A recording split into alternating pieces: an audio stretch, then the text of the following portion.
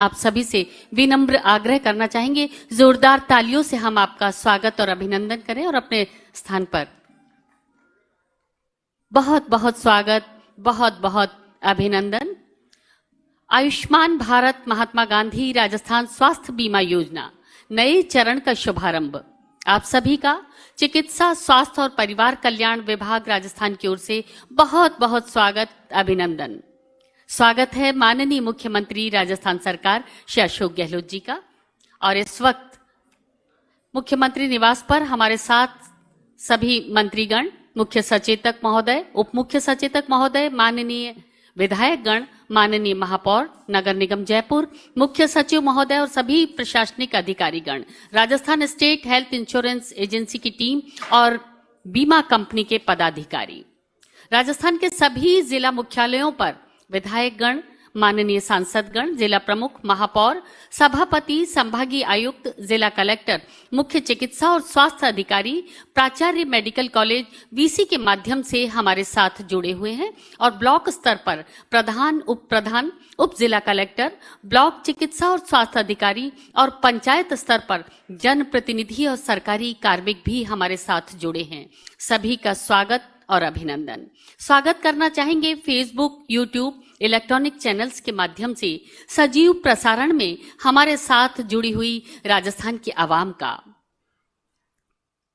और विशेष रूप से स्वागत और अभिनंदन आज के कार्यक्रम में मुख्य, खास और विशेष रूप से आमंत्रित हमारे मीडिया के प्रतिनिधियों का बहुत बहुत स्वागत, बहुत बहुत अभिनंदन मुख्यमंत्री निवास में। आप सभी की शब्दों को आकार देने वाली स्याही और आवाज प्रदेश की आवाम से संवेदनशीलता के साथ गहरा रिश्ता रखती है। शासन की हर योजना, हर प्रयास की तरह राजस्थान सरकार का ये महत्वपूर्ण प्रयास, ये प्रभावी पहल आयुष्मान भारत महात्मा गांधी राजस्थान स्वास्थ्य बीमा योजना का ये नया चरण भी आपके शब्दों में बंधकर, आपके भावों में बिंधकर, आपके स्वरों में सजकर अत्यंत प्रभावी ढंग से जन जन तक पहुंचेगा।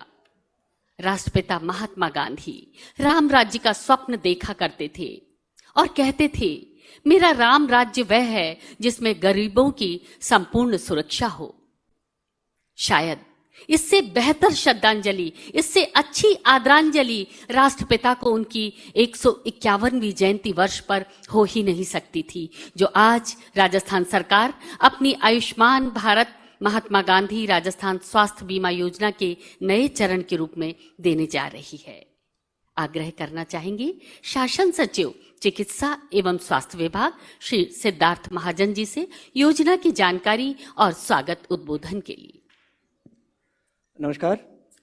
आयुष्मान भारत महात्मा गांधी राजस्थान स्वास्थ्य बीमा योजना के नवीन चरण के शुभारंभ के अवसर पर आयोजित इस समारोह में उपस्थित माननीय मुख्यमंत्री महोदय, माननीय चिकित्सा एवं स्वास्थ्य मंत्री महोदय, माननीय चिकित्सा एवं स्वास्थ्य राज्य मंत्री महोदय, मंत्री परिषद के माननीय मंत्रीगण, आदरणीय मुख्य सचिव महोदय, समस्त अधिकारीगण, जनप्रतिनिधिगण एवं मीडिया के प्रतिनिधिगण का मैं हार्दिक स्वागत एवं अभिनंदन करता हूं। माननीय मुख्यमंत्री महोदय के कुशल, प्रभावी व जन कल्याणकारी नेतृत्व में राज्य सरकार प्रदेश के आमजन को बेहतर चिकित्सा एवं स्वास्थ्य सेवाएं उपलब्ध कराने हेतु सतत कार्य कर रही है। चिकित्सा, स्वास्थ्य एवं परिवार कल्याण विभाग की लोक जन हितार्थ योजनाओं एवं कार्यक्रमों की कड़ी में आज आयुष्मान भारत महात्मा गांधी राजस्थान स्वास्थ्य बीमा योजना के नवीन चरण का शुभारंभ होने जा रहा है। आयुष्मान भारत महात्मा गांधी राजस्थान स्वास्थ्य बीमा योजना में लाभार्थियों का दायरा बढ़ाते हुए सामाजिक एवं आर्थिक जनगणना 2011 के आधार पर पात्र लाभार्थी परिवारों एवं राष्ट्रीय खाद्य सुरक्षा अधिनियम के अंतर्गत आने वाले परिवारों दोनों को सम्मिलित कर लगभग 1 करोड़ 10 लाख परिवारों को योजना में शामिल किया गया है। इस बीमा योजना के नवीन चरण में लाभार्थियों को और अधिक राहत प्रदान करने के लिए पैकेजेस की संख्या को 1401 से बढ़ाकर 1576 पैकेज किया गया है। साथ ही लाभार्थियों को प्रतिवर्ष मिलने वाले निःशुल्क बीमा कवर राशि को 3,30,000 से बढ़ाकर 5 लाख प्रतिवर्ष किया गया है। इस योजना में राजकीय एवं निजी अस्पतालों के साथ ही भारत सरकार के राज्य में स्थित अस्पतालों में भी लाभार्थियों को निःशुल्क उपचार मिल पाएगा। लाभार्थियों को अस्पतालों में किसी प्रकार की कोई तकलीफ ना हो, इसके लिए योजना से जुड़े अस्पतालों में स्वास्थ्य मार्गदर्शक भी उपलब्ध रहेंगे। माननीय मुख्यमंत्री महोदय की प्रेरणादायक नेतृत्व एवं माननीय चिकित्सा मंत्री महोदय के कुशल मार्गदर्शन में राजस्थान में कोविड-19 महामारी का जिस कुशलता से उपचार एवं प्रबंधन किया गया है, उसकी सराहना आज देश विदेश में की जा रही है। चिकित्सा, स्वास्थ्य एवं परिवार कल्याण विभाग माननीय चिकित्सा मंत्री महोदय के नेतृत्व में माननीय मुख्यमंत्री महोदय के निरोगी राजस्थान के सपने को साकार करने के लिए आमजन को गुणवत्तापूर्ण चिकित्सा सुविधाओं का लाभ देने के लिए संकल्पित है। आयुष्मान भारत महात्मा गांधी राजस्थान स्वास्थ्य बीमा योजना के नए चरण के शुभारंभ के पावन अवसर पर मैं एक बार फिर सभी प्रदेशवासियों को हार्दिक बधाई और शुभकामनाएं प्रेषित करता हूं और सभी पधारे हुए महानुभावों का स्वागत करता हूं। धन्यवाद। धन्यवाद। प्रदेश के लगभग 1,10,00,000 निर्धन परिवारों को संबद्ध सरकारी और निजी अस्पतालों में प्रतिवर्ष 5 लाख रुपए का बीमा कवर प्रदान करने वाली राज्य सरकार की यह महत्वाकांक्षी योजना कहां कहां, कब कब, किस गरीब मां, किस मजलूम पिता, किस निर्धन बेटे, किस लाचार बेटी और किस विवश पत्नी और किस मजबूर पति के आंसू पहुंचेगी। इसका इतिहास लिखना कदाचित मुमकिन नहीं होगा, लेकिन इस बात का इतिहास लिख पाना मुमकिन है और लिखा ही जाना चाहिए कि किस प्रकार माननीय मुख्यमंत्री जी के नेतृत्व में राजस्थान सरकार अंतिम व्यक्ति तक उत्तम स्वास्थ्य सेवाएं पहुंचाने के लिए प्रतिबद्धता के साथ एक के बाद एक योजनाओं को आकार दे रही है, सपनों को साकार कर रही है। मुख्य सचिव राजस्थान श्री निरंजन आर्य जी से अनुरोध अपना उद्बोधन हम तक पहुंचाए।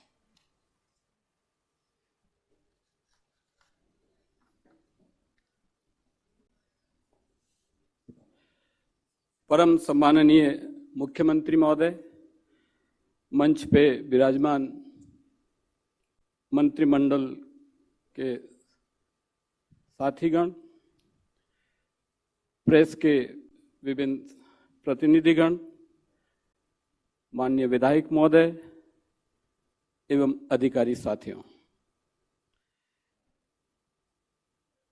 हम सभी जानते हैं कि हमारे राज्य में, हमारे समाज में पहला सुख निरोगी काया का एक कहावत है जिसको हम शुरू से मानते आए हैं और सरकार की इस योजना से भी उसी कहावत को या उसी लोकोक्ति को हम चरितार्थ कर रहे हैं।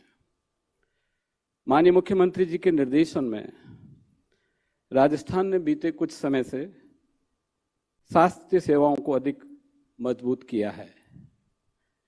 स्वास्थ्य क्षेत्र में इंफ्रास्ट्रक्चर की बात हो, मैन पावर की बात हो, इक्विपमेंट एवं बिल्डिंग्स की बात हो, इन सभी क्षेत्रों में विगत वर्षों में सरकार ने बहुत ही सराहनीय प्रयास किए हैं।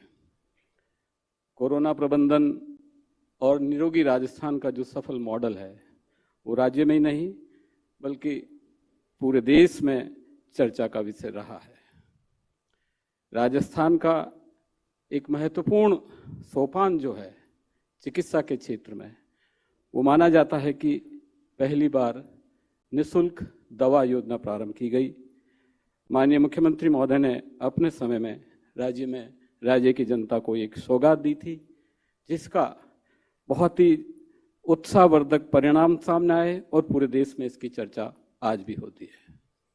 उसके बाद में माननीय मुख्यमंत्री महोदय ने ही निःशुल्क दवा के बाद जब ये महसूस किया कि दवा देने के बाद भी कुछ गरीब लोगों को जांचें और इन्वेस्टिगेशंस भी कराने होते हैं, तब भी सरकार ने मुख्यमंत्री निःशुल्क जांच योजना प्रारंभ की, जिसके तहत हर व्यक्ति को जो कि अस्पताल में जाता है सरकारी दवा मिलती है, साथ में अगर निःशुल्क जांचें और इन्वेस्टिगेशन होता है तो मैं सोचता हूँ ये भी एक बहुत बड़ा राहत का मुद्दा था।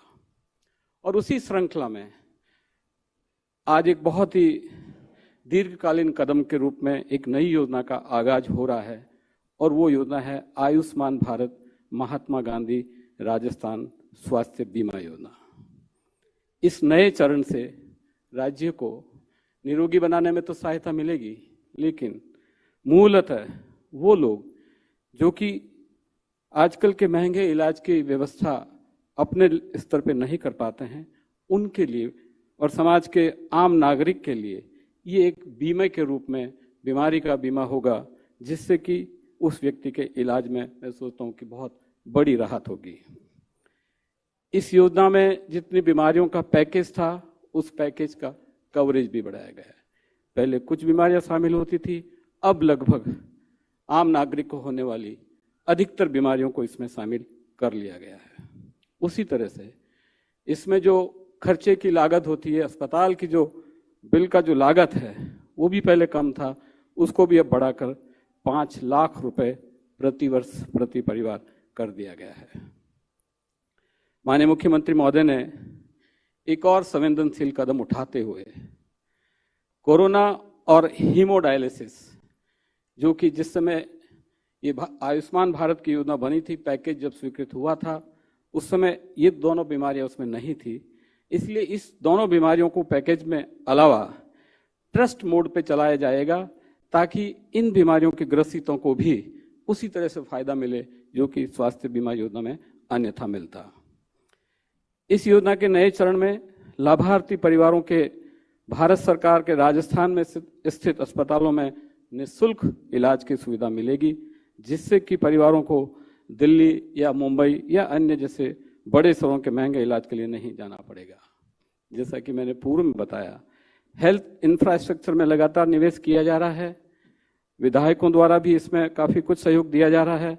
सरकार ने भी अपने बजट में काफ़ी प्रावधान करके किस तरह से राज्य के प्रत्येक नागरिक को अंतिम छोर तक स्वास्थ्य की सुविधाएं मिलें, ऐसा इंफ्रास्ट्रक्चर डेवलप हो, ताकि लोगों को अपने हेल्थ संबंधी समस्याओं का कोई समाधान वहीं पे मौके पे हो जाए। और इसीलिए मैं इस योजना के नवीन चरण के लिए विभाग को और सभी राजस्थान के नागरिकों को भी बधाई देना चाहता हूं कि राज्य में माननीय मुख्यमंत्री महोदय ने एक नई सोपान, एक नया सौगात देते हुए आयुष्मान भारत महात्मा गांधी राजस्थान स्वास्थ्य बीमा योजना प्रारंभ की है, जिसमें मैं ये कह सकता हूं कि इसमें हर बीमारी का बीमा है और 5 लाख रुपए तक की सीमा है। आप सभी यहाँ आए, आपको इसका बहुत बहुत धन्यवाद एवं आभार। धन्यवाद मुख्य सचिव महोदय। और आयुष्मान भारत महात्मा गांधी राजस्थान स्वास्थ्य बीमा योजना, मिट रहा मर्ज बिना किसी खर्च। इस योजना में किन्हें पात्रता होगी, मिलने वाले लाभ कौन से होंगे, मरीज को लाभ किस प्रकार मिलेगा, इन सभी बातों की जानकारी को समाहित करते हुए हमने एक छोटी सी वीडियो फिल्म बनाई है। आइए आप सबके साथ साझा करते हैं और देखते हैं ये वीडियो फिल्म।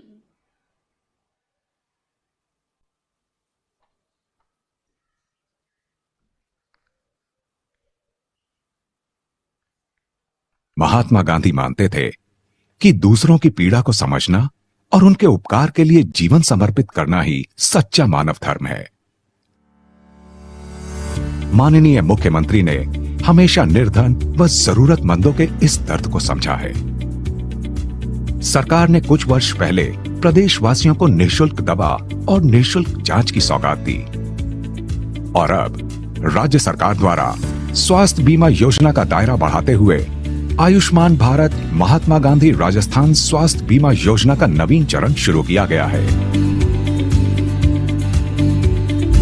योजना के नवीन चरण में राष्ट्रीय खाद्य सुरक्षा अधिनियम यानी NFSA के साथ साथ सामाजिक आर्थिक जनगणना यानी SECC के पात्र लाभार्थियों को भी शामिल करते हुए प्रदेश के लगभग 1 करोड़ 10 लाख परिवारों को बीमा कवर का लाभ दिया गया है। इस नवीन चरण में बीमा कवरेज राशि 3,30,000 से बढ़ाकर 5 लाख रुपए कर दी गई है। योजना में लाभार्थी सामान्य बीमारियों के लिए 50,000 और गंभीर बीमारियों के लिए 4.5 लाख रुपए का निःशुल्क उपचार ले सकेंगे। अब और अधिक बीमारियां शामिल करते हुए पैकेज और प्रोसीजर्स का दायरा 1401 से बढ़ाकर 1576 कर दिया गया है। इनमें हार्ट बाईपास, कैंसर और कोरोना जैसी गंभीर बीमारियां भी शामिल हैं। मरीज के अस्पताल में भर्ती होने से 5 दिन पहले की डॉक्टरी सलाह, जांचें एवं दवाइयां और डिस्चार्ज के बाद के 15 दिनों का इलाज का खर्च भी पैकेज में शामिल किया गया है। मेरे बच्चे का इलाज चल रहा है यहाँ पे। जो गवर्नमेंट जो है ये 3 लाख को बढ़ा के 5 लाख कर रही है, ये हम जैसे गरीब आदमियों के लिए बहुत भला होगा और इसके लिए बहुत बड़े आभारी हैं। और ये जटिल बीमारियों को ओवरहेड करा है, इसके लिए सीएम साहब का बहुत बहुत आभारी हैं। मरीज को योजना से जुड़े किसी भी सरकारी या निजी अस्पताल में इलाज के लिए इनमें से कोई एक पहचान पत्र लेकर जाना है। जन आधार कार्ड, आधार कार्ड जो कि जन आधार कार्ड से जुड़ा हो, जन आधार कार्ड की पंजीयन रसीद या कार्ड नंबर, प्रधानमंत्री जन आरोग्य योजना का पात्रता पत्र या 24 अंकों का आईडी नंबर जो जन आधार कार्ड से जुड़ा हो। अस्पताल में हेल्प डेस्क पर स्वास्थ्य मार्गदर्शक उपलब्ध होते हैं। ये मार्गदर्शक मरीज के कार्ड नंबर को सॉफ्टवेयर में दर्ज कर उनकी पात्रता की जांच करते हैं। मरीज का बायोमेट्रिक वेरिफिकेशन किया जाता है और मरीज का इलाज शुरू कर दिया जाता है। प्रक्रिया के हर कदम पर लाभार्थी के रजिस्टर्ड मोबाइल पर जानकारी दी जाती है। आपात स्थिति में मरीज का तुरंत इलाज शुरू करने का प्रावधान है। ऐसे में बायोमेट्रिक वेरिफिकेशन व अन्य प्रक्रिया बाद में कर ली जाती है। डिस्चार्ज के समय मरीज से फीडबैक फॉर्म भी भरवाया जाता है। नया लोगों ने योजना का मायने शामिल कराया जो बहुत मन चौको काम लाग्यो। और दूसरी बात जो अस्पताल के मायने चौकी व्यवस्था बढ़ा दी निमा की पैसा बढ़ाया और बीमारी का मायने बहुत ज्यादा सुविधा मिल रही है अस्पताल से, यो चौकी लागी मन। योजना का लाभ लेने के लिए राष्ट्रीय खाद्य सुरक्षा अधिनियम के लाभार्थी का राशन कार्ड एवं सामाजिक आर्थिक जनगणना के पात्र परिवारों की 24 अंकों की आईडी का जन आधार कार्ड से लिंक होना जरूरी है। किसी भी शिकायत समाधान या योजना से जुड़े अस्पतालों की जानकारी के लिए राज्य सरकार की हेल्पलाइन पर संपर्क किया जा सकता है।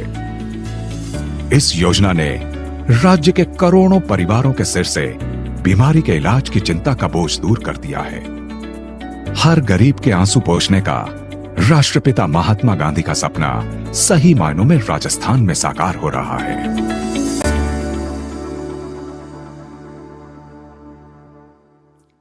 ये थी वीडियो फिल्म के माध्यम से एक छोटी सी जानकारी आप तक।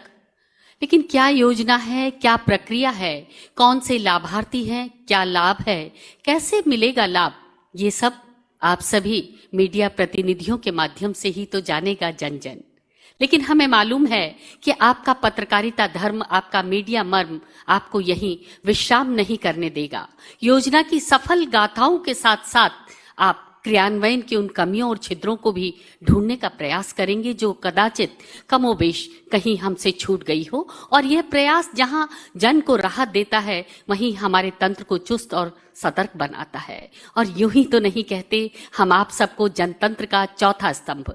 बहुत बहुत स्वागत और अभिनंदन चिकित्सा, स्वास्थ्य और परिवार कल्याण विभाग राजस्थान की ओर से आप सभी मीडिया प्रतिनिधियों का। माननीय मंत्री चिकित्सा और स्वास्थ्य डॉक्टर रघु शर्मा जी आपसे अनुरोध करना चाहेंगे उद्बोधन के लिए।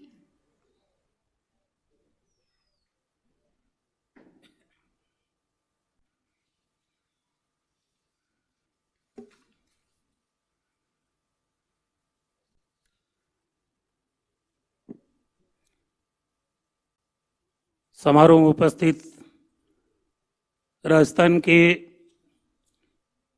यशस्वी मुख्यमंत्री आदरणीय अशोक गहलोत साहब, हमारे चिकित्सा राज्य मंत्री माननीय सुभाष गर्ग जी, मंत्रिमंडल के तमाम मेरे साथीगण, इस वीसी से जुड़े हुए राज्य के सभी सम्मानित सांसदगण, विधायकगण, हमारी जयपुर की दोनों मेयर साहिबान, सभी जनप्रतिनिधिगण, मुख्य सचिव महोदय, चिकित्सा विभाग के शासन सचिव, चिकित्सा शिक्षा विभाग के शासन सचिव, विभाग के सभी अधिकारीगण और वीसी से जुड़े हुए तमाम अधिकारीगण, पत्रकार बंधुओं, चिकित्सा और स्वास्थ्य विभाग की ओर से आयुष्मान भारत महात्मा गांधी राजस्थान स्वास्थ्य बीमा योजना के नवीन चरण के शुभारंभ समारोह में पधारे हुए आप सभी लोगों का मैं हार्दिक अभिनंदन करता हूं, स्वागत करता हूं। एक स्वस्थ व्यक्ति स्वस्थ समाज और स्वस्थ राष्ट्र के निर्माण में सक्रिय सहभागिता कर सकता है। इसी को ध्यान में रखते हुए हमारे राज्य के लोकप्रिय मुख्यमंत्री आदरणीय अशोक गहलोत जी के नेतृत्व में राज्य सरकार स्वास्थ्य सुविधाएं उपलब्ध करवाने को सर्वोच्च प्राथमिकता दे रही है। मुझे बताते हुए गर्व है कि शानदार कोरोना प्रबंधन से राजस्थान को देश में एक मॉडल राज्य के रूप में सराहना मिली है। सभी जिलों के सरकारी अस्पतालों में कोरोना की निःशुल्क जांच और निःशुल्क इलाज की सुविधा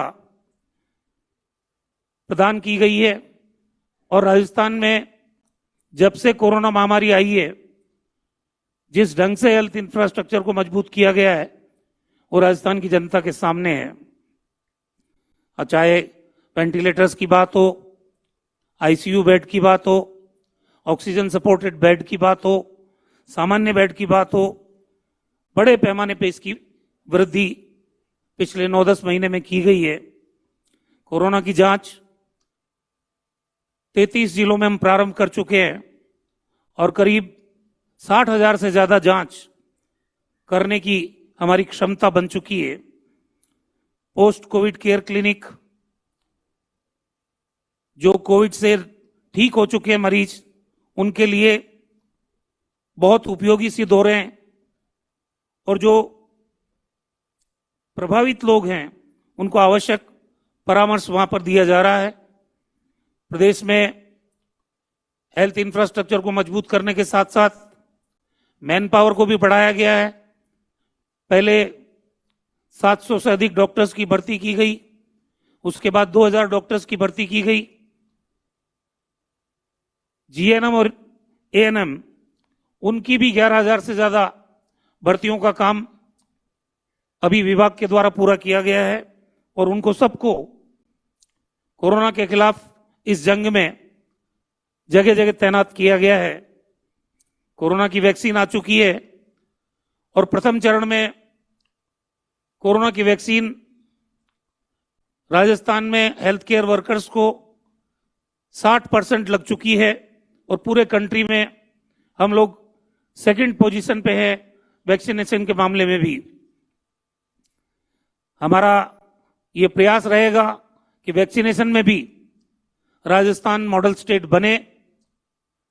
दूसरा चरण भी अभी प्रारंभ होने वाला है, उसमें पहले हमारे राजस्व विभाग के कर्मचारियों को शामिल किया गया और अब दूसरे चरण में पंचायत राज विभाग के जो कार्मिक हैं उनको भी शरीक किया गया है सेकंड फेज के वैक्सीनेशन में, जो जल्दी शुरू होने वाला है।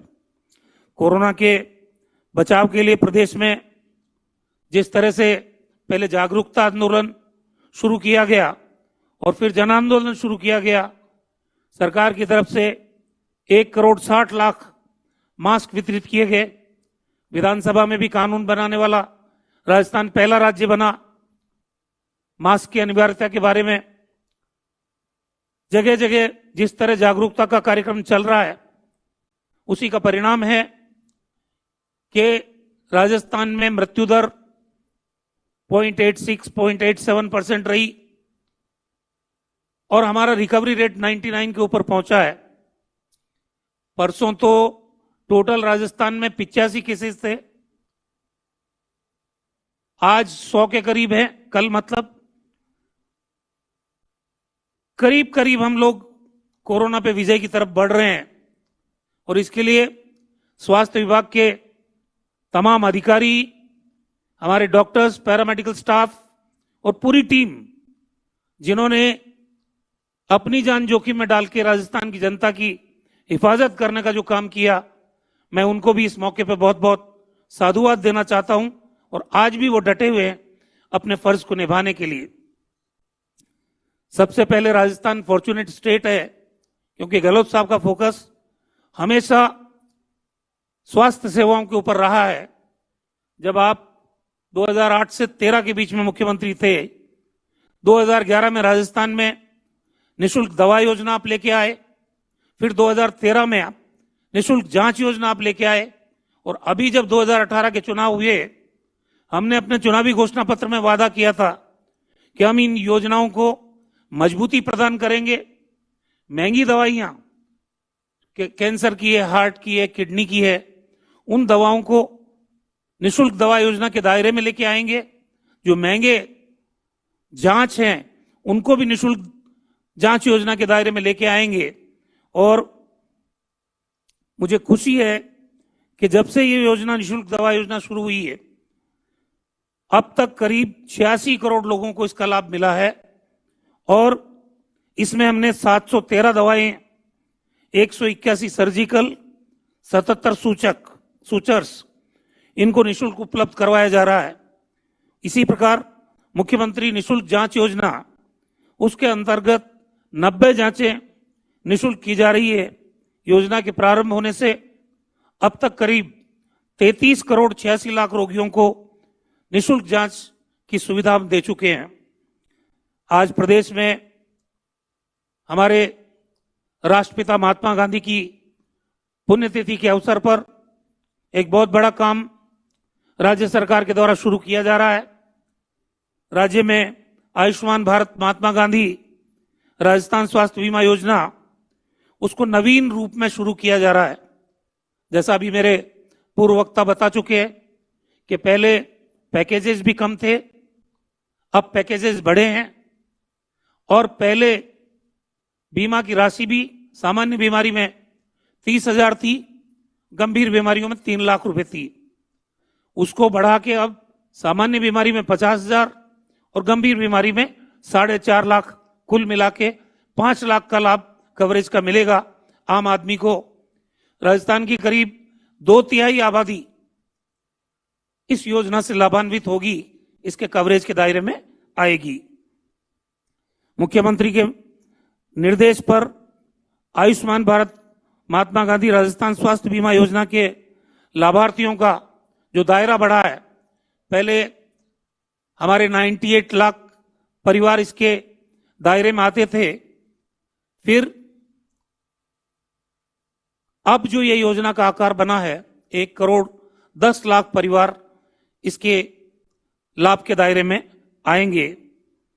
योजना के नवीन फेज में पोर्टेबिलिटी का महत्वपूर्ण प्रावधान किया गया है। आने वाले समय में इस प्रावधान के तहत योजना से जुड़े हुए अन्य प्रदेशों के मरीज राजस्थान में इलाज ले सकेंगे एवं प्रदेश के मरीज भी योजना से जुड़े अन्य राज्यों के अस्पतालों में इलाज का लाभ उठा सकेंगे। अस्पतालों में एवं भारत सरकार के विभिन्न चिकित्सा संस्थानों का पूर्णतः ऑनलाइन एनपेनमेंट किया जा रहा है। नवीन फेज में फ्रॉड को रोकने और क्लेम की प्रोसेसिंग को सुगम बनाने के लिए सॉफ्टवेयर में क्लेम सबमिट करते समय एमडीपी दस्तावेजों का प्रदर्शन, पैकेज बुक करते समय डॉक्टर के नाम की एंट्री के साथ ही फ्रॉड को रोकने के लिए विभिन्न ट्रिगर्स का प्रावधान भी किया गया है। राज्य स्तरीय एंटी फ्रॉड यूनिट द्वारा अस्पतालों द्वारा सबमिट किए गए क्लेम्स की मॉनिटरिंग एवं भारत सरकार के सहयोग से ऑडिट का भी प्रोविजन किया गया है। राज्य सरकार द्वारा योजना के गुणवत्तापूर्ण संचालन हेतु Rajasthan state health insurance agency का सुदृढ़ीकरण किया गया है। कार्मिकों की संख्या में इजाफा करने के साथ ही सूचना प्रौद्योगिकी से जुड़े विशेषज्ञ एवं अन्य अधिकारी भी इसमें शामिल किए गए हैं। योजना का संचालन एवं समन्वय बेहतर तरीके से हो और जिला स्तर पे भी जिला क्रियान्वयन इकाइयों का गठन किया गया है। योजना के अंतर्गत मरीज के अस्पताल में भर्ती होने के 5 दिन पहले और 15 दिन बाद का चिकित्सीय व्यय पैकेज में शामिल किया गया है। जिस मरीज जिस बीमारी के लिए अस्पताल में भर्ती होता है उसके 5 दिन पहले और डिस्चार्ज होने के 15 दिन तक उस बीमारी से संबंधित उस अस्पताल में की गई जांचें, दवाइयां, डॉक्टर से परामर्श शुल्क, इन सब का व्यय इस पैकेज में शामिल किया गया है।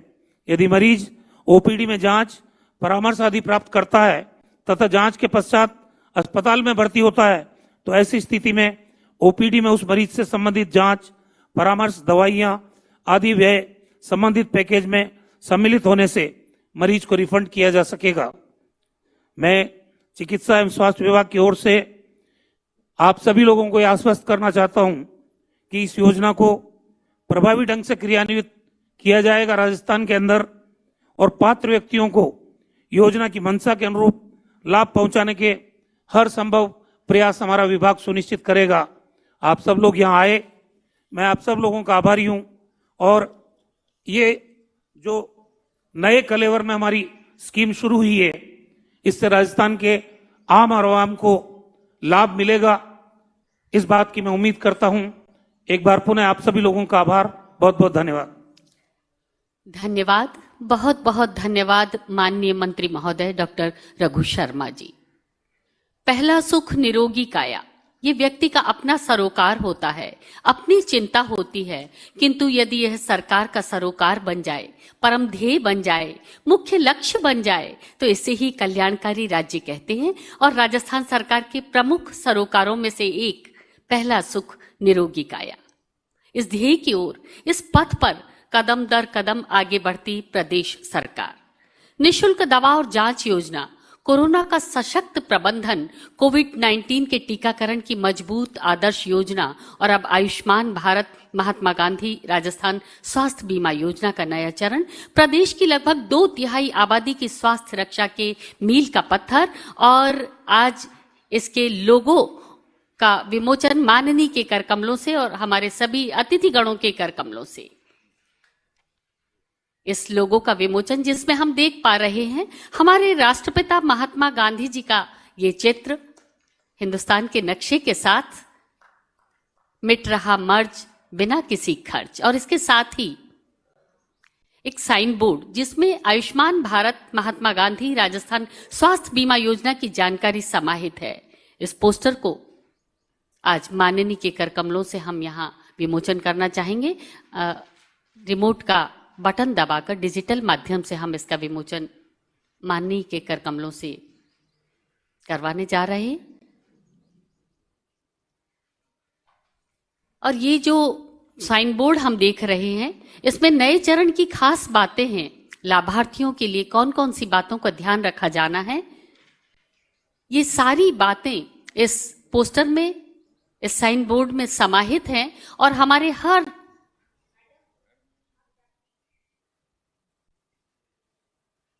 ये साइन बोर्ड हमारे राजस्थान के सभी जिला मुख्यालयों, ब्लॉक और पंचायत स्तर के हेल्थ सेंटर पर लगा होगा।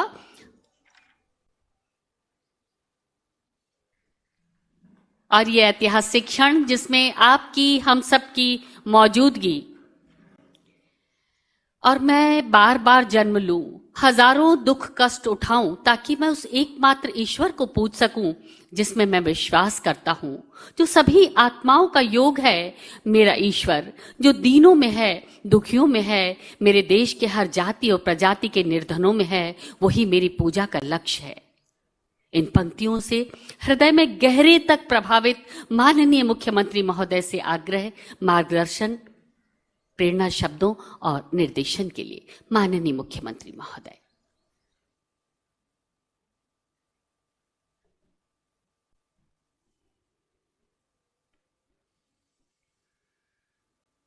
स्वास्थ्य मंत्री रघु शर्मा जी,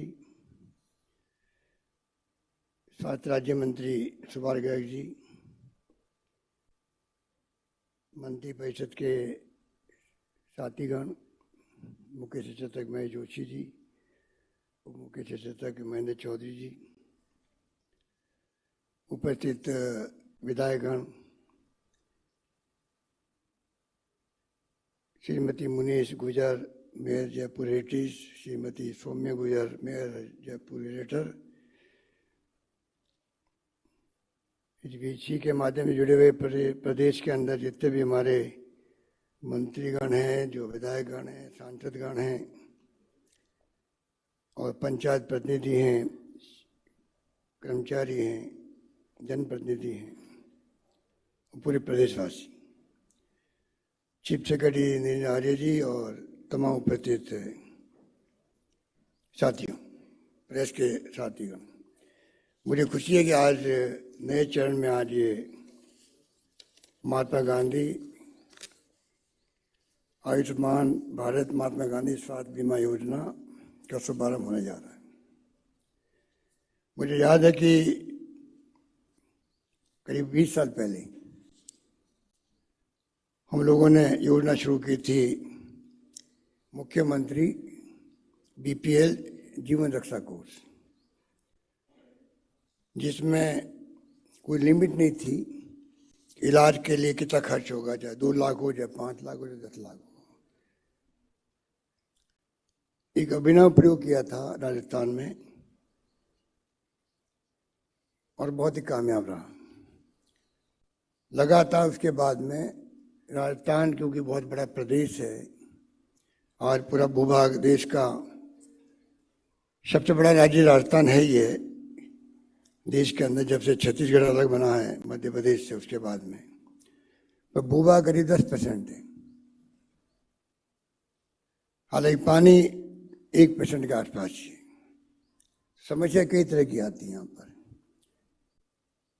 और बीमारी भी कई तरह की होती है, रेगिस्तान में अलग तरह की और अन्य इलाकों में अलग तरह की। ये सोच के ध्यान दिया गया कि स्वास्थ्य सेवाओं को कैसे इम्प्रूव करें राजस्थान के अंदर, क्योंकि हमारे यहाँ पर एक पीएचसी और दूसरी पीएचसी के बीच में या सीएचसी के बीच में, सब सेंटर के बीच में बहुत ज़्यादा किलोमीटर का फर्क हो सकता है। कोई 15 किलोमीटर, 20 किलोमीटर, 30 किलोमीटर, 50 किलोमीटर। इस प्रकार हालातों में कैसे हम इम्प्रूवमेंट करें स्वास्थ्य सेवाओं के बारे में, ये एक केंद्र में बिंदु रख करके सारे फैसले किए गए। उसका परिणाम आज हम लोग जहाँ से शुरू किया था मुख्यमंत्री बीपीएल जीवन रक्षा योजना के माध्यम से, आज हम लोग बाद में जब दूसरी बार हम लोग सरकार में आए थे तब हम लोगों ने, जैसा मेरे को सवारी कह रहे थे कि हम लोगों ने फ्री मेडिसिन, फ्री जांचें शुरू करी। और इस बार हम लोगों ने सबसे बड़ी जो आज की जो प्रोग्राम करने का मकसद था, ये था कि एक प्रयास किया गया, एक अभिनव प्रयोग का कि हम लोग पहले भामा से योजना चलती थी यहाँ पर 3 लाख वाली, और आयुष्मान भारत की योजना भारत सरकार की थी। हम लोगों ने दोनों को मर्ज किया है, मर्ज करके उसको बढ़ा दिया है कि उसका दायरा बढ़ा दिया है। एक बहुत बड़ा फैसला किया है जिसके कारण से चाहे भार हमारे पर ज़्यादा पड़ेगा, क्योंकि हमारे जहन में बात रही कि हम लोग जब 20 साल पहले शुरू कर चुके हैं जीवन रक्षा कोर्स के माध्यम से, फिर फ्री मेडिसिन, फ्री जांचें, जिसका भी आंकड़े दिए गए कुछ हमारी द्वारा, आपको कितनी बड़ी लाखों करोड़ों की तादाद में लोगों को राहत मिला। और वो कहते हुए गर्व है कि राजस्थान के नहीं, राजस्थान के बाहर के जो पड़ोसी राज्य वहाँ के लोग भी आके यहाँ इलाज करवाते हैं। अगर आप रात को जाएंगे रैन बसेरे के अंदर तो आप पाएंगे आपको अधिकांश लोग मिलेंगे तो बिहार तक के लोग आते हैं, यहाँ पर महाराष्ट्र के लोग आते हैं, गरीब लोग आते हैं, बिहारी पड़ोसी वहाँ के तो आते ही आते हैं, हरियाणा के, पंजाब के भी आते हैं। पर लाखों करोड़ों लोगों को फायदा इसलिए मिला कि फ्री मेडिसिन और फ्री जांचें यहाँ पर हो रही है। और इसीलिए हमने इस बार इस स्कीम को इतना स्ट्रांग बनाया कि पूरी तरह आयुष्मान भारत और साथ में भामाशाह को मर्ज कर दिया। नाम लिखा आयुष्मान भारत महात्मा गांधी स्वास्थ्य बीमा योजना। इससे जो लगभग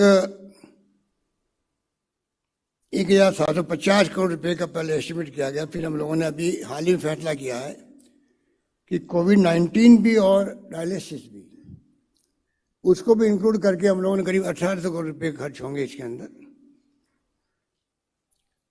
और जो मूल एस्टिमेट था 80% खर्चा जो है वो राज्य सरकार देगी। इसका मतलब करीब 1400 करोड़ के करीब तो सरकार देगी, राजस्थान सरकार, 400 करोड़ देगी भारत सरकार।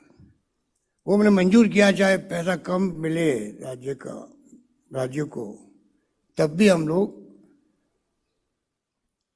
कंट्रीब्यूशन बढ़ा करके किस प्रकार योजना को स्ट्रॉन्ग बनाए, जिससे कि अधिक लोगों को लाभ मिल सके। और मुझे कहते हुए घर है, कभी जो आपको बताया गया 1,10,00,000 परिवारों को 2-3 से ज्यादा आबादी हो जाएगी, उसको लाभ मिलेगा, कवर मिलेगा। और इसके डायलिसिस भी कर दिया, इंक्लूड कर दिया है, और कोविड कर दिया है। एक ऐसी योजना बनाई गई है जिससे अधिकांश लोगों को लाभ मिले राजस्थान के अंदर।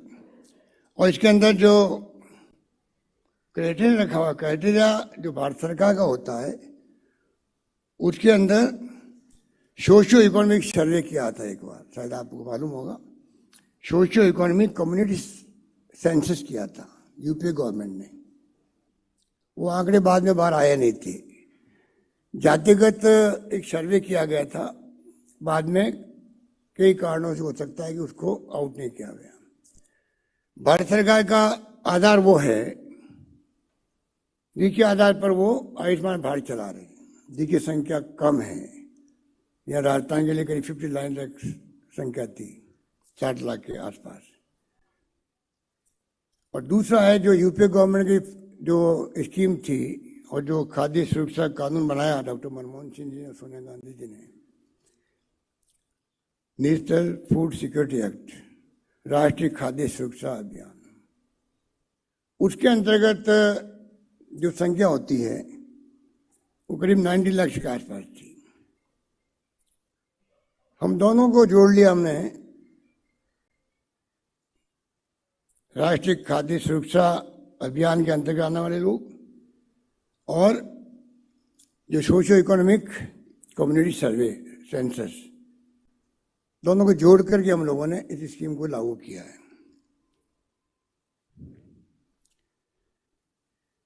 क्योंकि इतना बड़ा काम है और इतना बड़ा इन्वेस्टमेंट है, तो इसका लाभ पूरा गरीब को मिले, आम आदमी को मिले, ये सोच करके इसमें राइडर भी लगाए गए हैं कि इसके लिए एंटी फ्रॉड इकाई बनाई गई है। क्योंकि अस्पतालों में अगर मान लीजिए ध्यान नहीं दें हम लोग, पिछली बार भामाशा के वक्त में कई शिकायत आई थी, एक ही बीमारी के 10-10 ऑपरेशन हो रहे हैं और कुछ पर्टिकुलर अस्पताल में होते हैं। तो हम चाहते हैं कोई इसमें फ्रॉड नहीं करे इसमें, क्योंकि 1800 करोड़ के आसपास खर्चा होगा सरकार का, तो उसका कम से कम लाभ कैसे मिले लोगों को, ये सोच करके पूरी स्कीम को रूप दिया गया। एंटी फ्रॉड इकाई बनाई गई, 4-5 एजेंसी उसके अंदर होगी, तो देखेगी थर्ड पार्टी के रूप में कि बीमा कंपनी जो बात कर रही है, अस्पताल बात कर रहा है, चाहे प्राइवेट अस्पताल भी होगा, तो उसके अंदर वास्तव में सही कौन बात कह रहा है, जिससे कि पूरी तरह स्कीम कामयाबी के साथ में पूरी हो सके। क्योंकि ऐसी स्कीमें जो बनती है तो इसमें इस प्रकार की चेकिंग होना बहुत आवश्यक है। मेरा अनुभव कहता है कि जब हम लोगों ने 9-10 के अंदर स्कीम लागू की थी, फ्री मेडिसिन की और फ्री जांचों की, तब भी हमने स्टडी करवाई थी। ये जो आज स्कीम बीमा वाली आई है वो चलती थी आंध्र प्रदेश के अंदर सिर्फ। हमने हमारे अधिकारियों को भेजा वहाँ पर, मालूम करवाया, मालूम पड़ा कि इसमें कई जगह शिकायत आती है और जो प्रीमियम होता है उसका मिसयूज होता है। इसलिए उस वक्त हम लोगों ने इस योजना को, आंध्र प्रदेश को जो योजना थी उसको एक्सेप्ट नहीं किया और हमारी अपनी योजना लाए फ्री मेडिसिन की, फ्री मेडिसिन और फ्री जांचें कर रही। उसका भी अच्छा परिणाम रहा, जहाँ तक मेरा अनुभव कहता है, जहाँ तक मैं सुनता हूँ। पर क्योंकि अब ये भारत सरकार स्कीम भी आ गई थी, भामाशाह चल रहा था, तो हमने दोनों को मिला करके और बीमा योजना को लागू किया है। इसमें आप सब लोगों को मैं अपील करना चाहूँगा कि ये योजना, ऐसे लोग होते हैं आम आदमी जिसको मालूम ही नहीं पड़ता कोई ऐसी योजना भी हमारे लिए बनी है। सबसे बड़ा दुर्भाग्य ये है कि जो मुख्यमंत्री बीपीएल जीवन रक्षा कोष था, उसमें मैंने अनुभव किया कि चाहे आप कितनी कोशिश कर लो तो बात पहुंचती नहीं गरीब तक। मुझे याद है 2003 में जब हम चुनाव चल रहे थे तो उसके पहले मैं कैंपेन में गया था, तो मैं पूछता वहाँ लोगों को, भाई आप बताइए आपको मालूम इस योजना के बारे में, क्योंकि पूरा इलाज फ्री उस जमाने में होता था 20 साल पहले ही, और लिमिट नहीं थी 2 लाख 5 लाख कितने खर्च होंगे। मैं हाथ खड़े करवाता तो मालूम पड़ता, मैं हाथ गिनता फिर कि ये तो 50 हाथ थी, 60 हाथ खड़े हुए। मैं कहता अगर आप बताइए, आप यहाँ 2000 लोग बैठे हैं, अगर सबको मालूम होता तो कितने गरीबों को फायदा हो सकता था आपके गाँव में ढाणी में। उस वाली बात है कि अगर आज आप मीडिया वाले बैठे हुए हैं, अगर इस योजना को आप पहुँचाएंगे घर घर तक अपने अपने रूप में, चाहे आर्टिकल लिखो, चाहे न्यूज़ बनाए, कुछ भी करें, तो कम से कम आम आदमी को जो कवर हुआ उसको मालूम पड़े कि मेरे को ये फैसिलिटीज मिल रही है। और 5 लाख रुपए तक का खर्च करना किसे कहते हैं? क्या स्थिति बनती है? प्राइवेट हॉस्पिटल में लोग आते हैं, गरीब लोग गांव से, और कितना बड़ा बिल बनता है आप लोग सुनते होंगे, 5 लाख का, 8 लाख का, 10 लाख, 12 लाख, पता नहीं कितने कितने बनते। और उसको 5 लाख अगर सारा मिल जाए तो मैं समझता हूँ कि उसके लिए बहुत बड़ी बात है। पता नहीं वो गहने बेच करके लाए पैसे इलाज करवाने के लिए, चाहे बीमार माँ बाप भी है, बचने की उम्मीद नहीं है, तभी हमारे इतने शानदार संस्कार है देश के, हमारी संस्कृति शानदार, हमारी परंपराएं शानदार, उसके कारण से वो चाहे उसके पास कैपेसिटी नहीं है तब भी वो खर्च करेगा माँ बाप बचाने के लिए। ये भावना हमारे यहाँ पर है।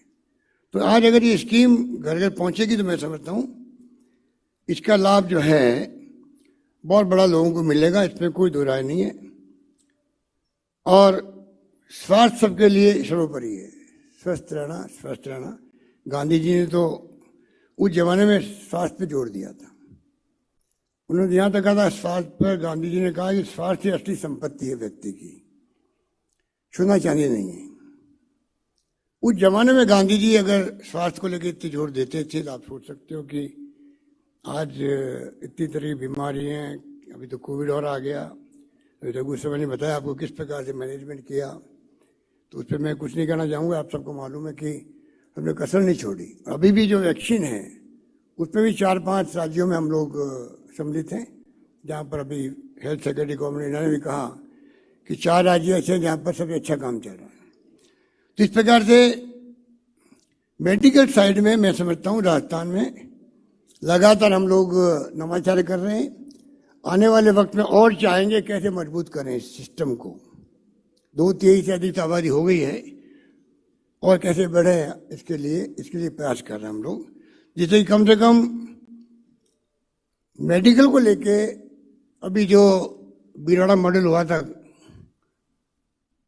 ये भी भारत सरकार के स्वास्थ्य मंत्रालय ने भी बात की थी पहले, हमने नहीं कहा कभी। और वो मॉडल इतना पॉपुलर हुआ देश के अंदर भी, दुनिया के अंदर भी, मुल्कों के अंदर भी। आज राजस्थान की चर्चा होती दुनिया के मुल्कों में कि राजस्थान में कोविड मैनेजमेंट बहुत शानदार रहा, बिरोड़ा मॉडल की वहाँ स्थापना हुई। ऐसी स्थिति में WHO ने भी तारीफ करी है, वैक्सीन को लेकर भी किया अभी कि सबसे अच्छी व्यवस्था करी है देश के अंदर तो राजस्थान के अंदर है, जहाँ 5 पैरामीटर में राजस्थान ने अपने आप को पूरी तरह समर्पित किया और कामयाब रहे हैं। इस प्रकार से योजना लागू हो रही है। आप सबके आशीर्वाद से मैं समझता हूँ कि ये कामयाब होगी। और पहला सुख निरोगी काया, ये भावना लेके हमने निरोगी राजस्थान का अभियान चालू किया था 19 में, जब हम लोग सरकार में आए थे। तैयारी उसकी की थी हम लोगों ने कि यहाँ पर प्रिवेंशन ऑफ मेडिसिन, बीमार व्यक्ति नहीं पड़े, वो प्रयास कैसे करें। थीम तो हमारी ये थी असली। उसी रूप में हमने पूरी तैयारी कर रखी थी। और गांव-गांव में स्वास्थ्य मित्र करीब 40,000 बनाने थे, बन भी गए अब तो अधिकांश जगहों पर। ये हमारी योजना थी, पर कोविड आ गया, करीब साल भर आया है, तो उसके लिए पूरी जो फोर्स लगी हुई थी, अभी डॉक्टर की बात बता रहे थे रघु शर्मा जी, पूरा जो हेल्थ इंफ्रास्ट्रक्चर है वो हमारे जो तैयारी की हुई थी निरोगी राजस्थान को लेके, वो सब काम आ गया, कोविड के मैनेजमेंट में काम आ गया। इस प्रकार से योजना पूरी तरह से शानदार तरीके चल रही है। और मैं समझता हूँ कि राजस्थान ने जो नाम कमाया है कोविड के वक्त में, क्योंकि हमने, और तमिलनाडु में 2 स्टेट है देश के अंदर जहाँ पर सिर्फ RT-PCR टेस्ट हुए हैं। वरना सभी राज्यों के अंदर दिल्ली सहित अधिकांश टेस्ट हो रहे हैं एंटीजन टेस्ट हो रहे हैं, जो कि बिल्कुल बकवास टेस्ट है। चित्रपट आंकड़े उसमें गलत आते हैं, सरकार खुद मानती है। और चित्रपट आंकड़े गलत आते हैं, उनको वापस टेस्ट करवाओ, PCR टेस्ट करवाओ, वो कोई करवाता नहीं। तो अपनी बात प्रधानमंत्री जी के सामने भी और जब जब मौका लगा है भारत सरकार के सामने रखा है कि गलत काम किया आप लोगों ने।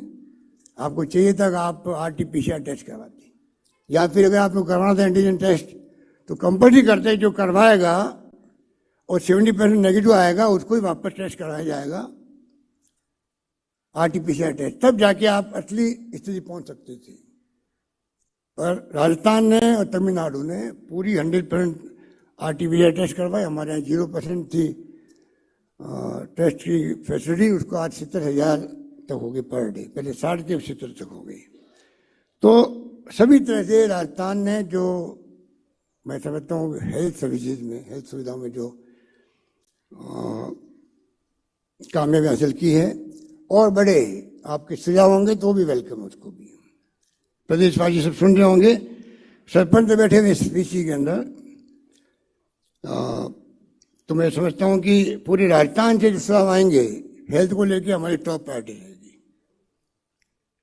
हम चाहेंगे कि हेल्थ को लेके राजस्थान ने जो नाम कमाया है कोरोना के वक्त में,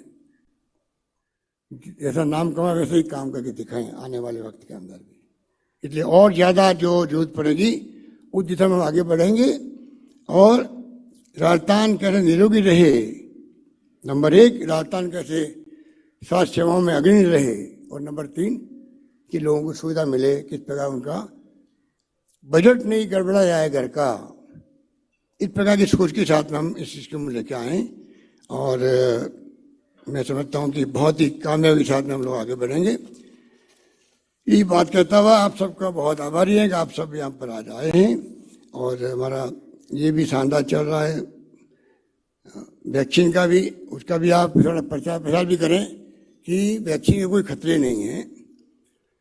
और मैं समझता हूँ थर्ड फेज शुरू हो रहा है आने वाले वक्त के अंदर, सीनियर सिटीजन्स और कोमॉर्बिड लोगों के लिए भी, और फिर थर्ड फेज शुरू होगा। तो राजस्थान इसमें अव्वल करेगा, ये हम लोगों ने सब निश्चय किया है, उसी दिशा में आगे बढ़ रहे हैं। ये बात कहता हूँ आप सबको बहुत बहुत धन्यवाद, शुभकामनाएं। प्रदेशवासियों को मैं आह्वान करना चाहूँगा कि जिनको जानकारी मिले वो आगे से आगे का प्रचार प्रसार करें। माउथ पब्लिसिटी के मायने होते हैं, उससे अगर गरीबों को भला हो सकता हो आम आदमी का, तो मैं समझता हूँ कि 5 लाख का बीमा बहुत अच्छा बीमा है और काफ़ी हद तक मदद मिल सकती है उसको। यही बात कहता मैं अपनी बात समाप्त करता हूँ। हेल्थ मंत्रालय को, रघु शर्मा जी को, सुभाष गर्ग जी को, सिद्धार्थ को, वैभव गलेरिया को, तमाम इनके साथियों को, और फाइनेंस सेक्रेटरी बैठे हैं अखिल अरोड़ा जी, क्योंकि इनके बगैर काम चलेगा नहीं हमारा। आगे भी बजट के अंदर भी हम चाहेंगे कि शानदार तरीके से स्वास्थ्य मंत्रालय आगे आने वाले वक्त में मिश्र राजौरे बैठी हुई है, उनको भी सबको जिन्होंने इसमें पूरी रुचि लेके काम किया है, उन सबको मैं धन्यवाद देता हूँ, बधाई देता हूँ। उम्मीद करता हूँ ये योजना सबसे ज़्यादा पॉपुलर होगी कहीं पर देश के अंदर तो राजस्थान में होगी। ये बात कहता हूँ, अपनी बात समाप्त करता हूँ। धन्यवाद, जय हिंद। धन्यवाद। धन्यवाद, बहुत बहुत धन्यवाद माननीय मुख्यमंत्री महोदय। और आत्मनिर्भर भारत, संपन्न, समृद्ध, विकसित, स्वस्थ भारत, एक स्वप्न जो तैरता था राष्ट्रपिता महात्मा गांधी की आंखों में, ख्वाब निरोगी राजस्थान जिसे लेकर बढ़े थे हमारे माननीय मुख्यमंत्री अशोक गहलोत जी, एक स्वप्न जिसे पूरा करने में आज भी जुटा है माननीय मुख्यमंत्री जी के साथ साथ पूरे प्रदेश का नेतृत्व। और इसी क्रम में आज एक शुरुआत आयुष्मान भारत, महात्मा गांधी राजस्थान स्वास्थ्य बीमा योजना का शुभारंभ। आइए, मिटेगा मर्ज बिना किसी खर्च, इस वाक्य के साथ साथ हम सब अपने दिलों में आशा का दीप जलाएं। और इस योजना के संबंध में हमारे पत्रकार बंधु, हमारे मीडिया के प्रतिनिधि कुछ चुनिंदा प्रश्न भी यहाँ कर सकते हैं। प्रश्नों के उत्तर के लिए अनुरोध करना चाहेंगे श्री सिद्धार्थ महाजन जी, सचिव चिकित्सा और स्वास्थ्य विभाग, और श्रीमती अरुणा राजौरिया जी, CEO Rajasthan state health insurance agency. आमंत्रित है हमारे मीडिया प्रतिनिधियों से। कोई क्वेश्चन पूछना चाहे तो पूछ लीजिए कुछ समझ। एक कॉर्डलेस माइक वहां तक पहुंचाया जाए। जी, हर्षा कुमारी से हैं, एनडीटीवी से संवाददाता हैं, हर्षा कुमारी से हैं। कॉर्डलेस माइक अरुण जी वहां तक पहुंचाएं। मिल गया। सिद्धार्थ जी, मेरा ये सवाल है कि जो ये नई स्कीम है इंश्योरेंस वाली और जो फ्री मेडिसिन चल रही है, तो लाभार्थी के लिए किस तरह से साइड बाय साइड में इसका सिनर्जी क्या होगा? क्योंकि आई थिंक जो फ्री मेडिसिन है वो कोई भी ले सकता है, लेकिन इसमें पात्रता जरूरी है। फ्री मेडिसिन की स्कीम है तो वो बेसिकली ओपीडी में जो लोग आते हैं, हेलो, हाँ अब आवाज आ रही है? जो ओपीडी के अंदर लोग आते हैं तो उनको सबको फ्री मेडिसिन अलाउड है हमारे यहाँ पे, जिस भी हमारे सरकारी अस्पताल में जाएंगे। और जो हॉस्पिटल में भर्ती होते हैं लोग, उसके अंदर जो पात्र व्यक्ति है उसको ये इंश्योरेंस स्कीम के माध्यम से आईपीडी के अंदर उसको ये फायदा मिलेगा। तो बेसिक डिफरेंस उसमें ये है, तो ये सिनर्जी। सर, समीर शर्मा राजस्थान पत्रिका से हूँ। ये अभी योजना लॉन्च करने में थोड़ा टाइम ज़्यादा लग गया सर, थोड़ा सा इस पर आप। ये समीर शर्मा जी हैं राजस्थान पत्रिका से। जी सर, ये वाली योजना लॉन्च करने में थोड़ा टाइम लग गया है, कोरोना काल भी था, तो सर क्या दिक्कतें आई कि इतना टाइम लगा इसमें? इसमें एक तो जो टेंडर में टाइम लगता है वो इशू रहा, उसके साथ साथ हम इस योजना को बहुत ही सुव्यवस्थित ढंग से लॉन्च करना चाहते थे। उसके अंदर जो हमने पुरानी जो हमारी योजना चली उसके अंदर जो हमारे सामने इश्यूज आए, जो कमियां आई, तो उसको हम टैकल करके आगे बढ़ना चाहते थे। तो इसके लिए अब जो हमारा सॉफ्टवेयर है, एक तो वो बहुत कॉम्प्रिहेंसिव सॉफ्टवेयर बनाया है हमने।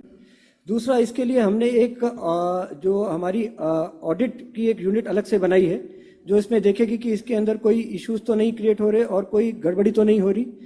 इसके साथ साथ ही हमने हमारे यहाँ पे जो इस अथॉरिटी है उसके अंदर जो लोग काम करते थे वो बहुत सीमित थे, उसको भी हमने थोड़ा बढ़ाया है, एक्सपर्ट्स लिए हैं उसके अंदर।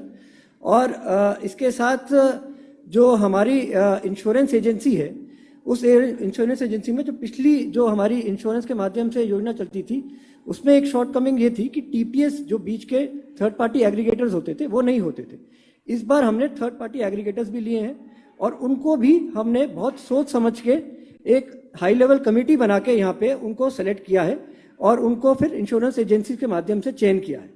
तो इसको बहुत और सुदृढ़ करने के लिए और जो कमियां हैं उनको इस बार हटाने के लिए उसके अंदर जो समय लगा वो। सर, मैं जितेंद्र द्विवेदी हूं, ऑल इंडिया रेडियो से कॉरेस्पोंडेंट हूं।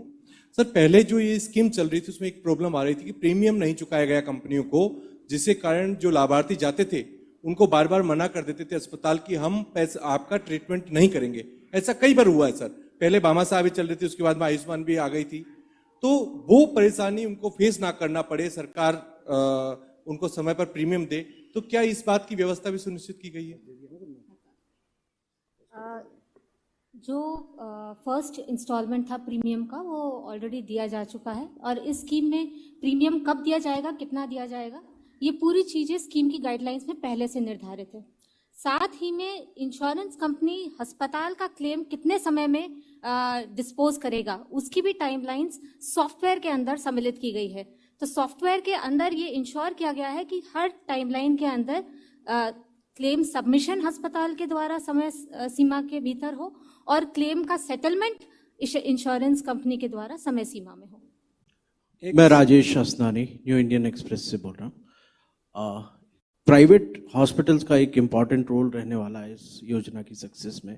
तो कितनी प्राइवेट हॉस्पिटल्स को इम्पैनल किया गया है राजस्थान में, और दूसरा राजस्थान में ये बड़े पैमाने पे लागू की जा रही है। 1400 करोड़ स्टेट गवर्नमेंट वहन करेगी, 400 करोड़ सेंट्रल गवर्नमेंट का होगा।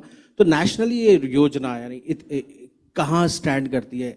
क्या हम ये कह सकते हैं कि राजस्थान एक ऐसा स्टेट है जो नेशनली बहुत बड़े तरीके से इस योजना को कर रहा है, या और भी कोई राज्य कर रहे हैं इस चीज को लेकर? पहली बात तो अब तक हमने करीब 750 सरकारी अस्पतालों को CHC एंड अबव को इम्पैनल किया है इस स्कीम के साथ। साथ ही अब तक हमारे पास लगभग 399 एप्लीकेशंस प्राइवेट अस्पतालों की आई, जिनमें से अधिकतर पिछले एक हफ्ते में आई हैं। इससे पहले जितनी भी एप्लीकेशंस आई उनमें से 78 हॉस्पिटल्स अब तक हम लोग इम्पैनल कर चुके हैं। रिमेनिंग का इम्पैनलमेंट का माननीय मुख्यमंत्री महोदय ने हमें निर्देश दिया है कि अगले एक तारीख के भीतर जिन्होंने अप्लाई किया है उनका हम डिस्पोजल करेंगे। जो आपका दूसरा प्रश्न है संपूर्ण देश के बाबत, नंबर ऑफ बेनिफिशरीज के हिसाब से देखा जाए तो महाराष्ट्र और राजस्थान ये लगभग दो सबसे बड़े स्टेट्स हैं जिसमें कि इस स्कीम को चलाया जा रहा है। फाइनेंशियली भी 2-3 ही स्टेट्स हैं जिनकी योजना इतनी वृहत और बड़ी है, तमिलनाडु, महाराष्ट्र और राजस्थान। एक बात मैं सप्लीमेंट कर दूं कि मैंने स्टडी करवाई सब राज्यों की, उसमें कई राज्यों ने प्रयास किए हैं कि जो भारत सरकार की स्कीम है वो मैंने आपको सोशियो इकोनॉमिक कम्युनिटी सर्वे जिनकी संख्या बहुत कम है उनके साथ में अपने हिसाब से अपने राज्य के करीब 20 लाख या 30 लाख उन्होंने जोड़े हैं। हमने जो किया है वो खाली जो नेशनल फूड सिक्योरिटी एक्ट में जो भी नाम है, जो करीब 69% होते हैं गाँव में, शहर का अलग अलग रेशियो है, उन सबको और जो सर्वे है भारत सरकार वाला दोनों को मिला दिया है। तो फर्क होगा अपने अपने। हम मांग करेंगे भारत सरकार से इस मौके पर, उनको चाहिए कि राजस्थान में जो हमने दोनों को कंबाइन किया है सर्वे को, वो सर्वे भारत सरकार का ही है। दोनों सर्वे करीब करीब स्टेट के हैं या भारत सरकार के, तो उन दोनों को कंबाइन करके पूरे देश में लागू करना चाहिए, नंबर 1। नंबर 2, एक बात मैं और कहना चाहूँगा आपको कि भारत सरकार ने क्या किया है कि जो प्रीमियम की राशि है प्रति परिवार वो फिक्स कर दी है 1054 रुपये, मान लीजिए 54 है ना, 1052 सर, 105 ये 52 जो भी है। और वो खर्चा ज़्यादा आया है, वो कितना आया हमारे 1662 आया है।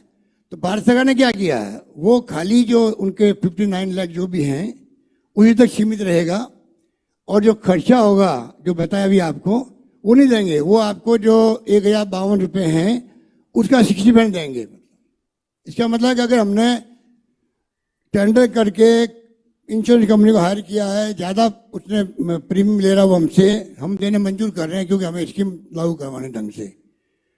तो ये बात जो है मैं कहना चाहूँगा भारत सरकार को भी कि आप जब स्कीम लागू की, भारत सरकार स्कीम है 60-40 का रेशियो है, उसमें आपने कैप लगा दिया है कि आप इससे ज़्यादा प्रीमियम आएगा अगर इंश्योरेंस कंपनी में तो आप खुद दोगे पूरा, वो पूरा हम देंगे बाकी का, और 1052 रुपये का 60% वो देंगे।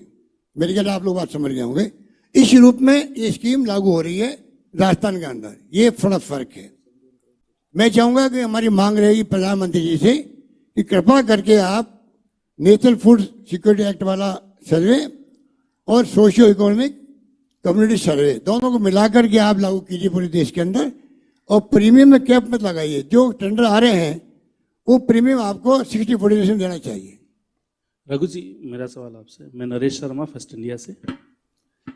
पहले भामाशाह योजना थी जिसमें आपने रिसर्च भी किया होगा कि क्या कमी खामी रही होगी, तो अब जो आप नई योजना लागू कर रहे हैं तो क्या ऐसी स्टडी की है कि जो कमी खामियां रही है वैसा हश्र इस योजना का ना हो, तो इसके लिए क्या कदम आपने उठाए नई योजना में? अभी मैंने सारी चीजें स्पष्ट की थी। पिछली बार इलाज किसी का हो रहा है और जिसका पैकेज ज्यादा है वो शो करके फर्जी क्लेम उठाने की कई सारी घटनाएं आई थी, और कुछ एक प्राइवेट हॉस्पिटल्स में 80% तक के क्लेम की बात आई थी। इस बार हमने थर्ड पार्टी एडमिनिस्ट्रेशन रखा है, IT एनेबल्ड है ये, और फ्रॉड रोकने के लिए भी डिस्ट्रिक्ट लेवल तक भी सारा सिस्टम ठीक किया है। तो मुझे उम्मीद है कि इस बार जो शिकायतें पहले आई थी उन शिकायतों का निराकरण करने की पूरी मैकेनिज्म हमने डेवलप की है ताकि भविष्य में किसी प्रकार का फ्रॉड नहीं हो। और जैसा मुख्यमंत्री जी ने कहा 98 लाख तो हमारे NFSA के हैं और 59.71 लाख ये लोग हैं। इन दोनों को क्लब करते हैं तो जो ओवरलैपिंग भी है, कुछ लोग NFSA से भी जुड़े हैं और कुछ सोशल इकोनॉमिक ये जो सर्वे है इससे भी, बाकी जो 14 लाख लोग हैं वो अलग हैं। तो 1,10 लाख परिवार हो गए ये करीब। इस तरह से इस स्कीम पर पूरा ध्यान रख के TPA के सिलेक्शन के बारे में सिद्धार्थ महाजन जी ने कह दिया कि हमारी एक्सपर्ट्स की कमेटी ने टीपीए सेलेक्ट करने में भी मेरिट के आधार पर काम किया है और आईटी एनेबल्ड भी है ये। तो किसी प्रकार के फ्रॉड की भविष्य में कोई गुंजाइश नहीं रहेगी, इस बात को सुनिश्चित किया गया। सिद्धार्थ सर, मैं आशुतोष हूँ जी राजस्थान न्यूज़ से। जो गंभीर हालत में मरीज पहुंचेंगे, एक तो अगर उनके साथ कुछ मिस हैपनिंग हो जाती है, उनकी डेथ हो जाती है, तो वीडियो फिल्म जो दिखाई गई उसमें बताया कि बायोमेट्रिक बाद में की जा सकती है। अगर उसकी डेथ हो जाती है, उस स्थिति के अंदर जो क्लेम है उसको बेयर कौन करेगा, इस स्थिति को थोड़ा सा स्पष्ट करेंगे। डेथ की स्थिति में किसी प्रकार का वेरिफिकेशन वगैरह नहीं किया जाता है। जो प्रक्रिया नॉर्मल होती है वैसी कोई प्रक्रिया नहीं की जाती है, और अस्पताल अपना क्लेम भी सबमिट करता है तो वो क्लेम को सम्मान किया जाता है सेटलमेंट के द्वारा। बायोमेट्रिक की किसी की भी आवश्यकता नहीं पड़ती। यदि किसी कोई व्यक्ति पहुंचे और दुर्घटनावश ऐसी दुर्घटना हो जाए तो ऐसी किसी भी चीज की आवश्यकता नहीं होगी। सिद्धार्थ सर, मनीष शर्मा हूँ एबीपी न्यूज़ से। मेरा सवाल ये, आमतौर पर जब मेडिक्लेम और इंश्योरेंस कंपनी जो होती हैं, जब वो इस तरीके का एग्रीमेंट गवर्नमेंट या बाकी लोगों के साथ करती है, तो कुछ कंपोनेंट्स ऐसे होते हैं जिनको वो क्लेम में नहीं मानते। जैसे हॉस्पिटल के दौरान कुछ ऐसे सर्जिकल इक्विपमेंट्स होते हैं जिनको वो हिस्सा नहीं मानते। तो इस स्थिति को स्पष्ट करें कि ऐसे में क्या जो मरीज होंगे उनके परिवार वालों को इस तरीके की राशि तो नहीं भुगतनी पड़ेगी? देखिए, इसके अंदर जो बीमारी है उस बीमारी का पूरा इलाज अस्पताल करेगा और उसको एक फिक्स्ड अमाउंट मिलेगा। जो पैकेज का अमाउंट है, जो हमारे 1576 पैकेज है, वो हर के अगेंस्ट एक अमाउंट फिक्स्ड है। तो अलग अलग आइटम वाइज इसमें कुछ नहीं देखा जाएगा। सर, मैं योगेंद्र, मेरा सवाल मुख्यमंत्री जी से है। सर, ये जो सर्वे हुआ पहले नेशनल फूड सिक्योरिटी एक्ट का हो चाहे एससीएस का हो, कोविड के दौरान बहुत सारे लोग बेरोजगार हो गए, आप भी मानते हैं, गवर्नमेंट ऑफ इंडिया भी मानती है सर। उनके पास कोई काम नहीं है, उनकी हालत भी खराब, उनके लिए सर क्या होगा इसमें?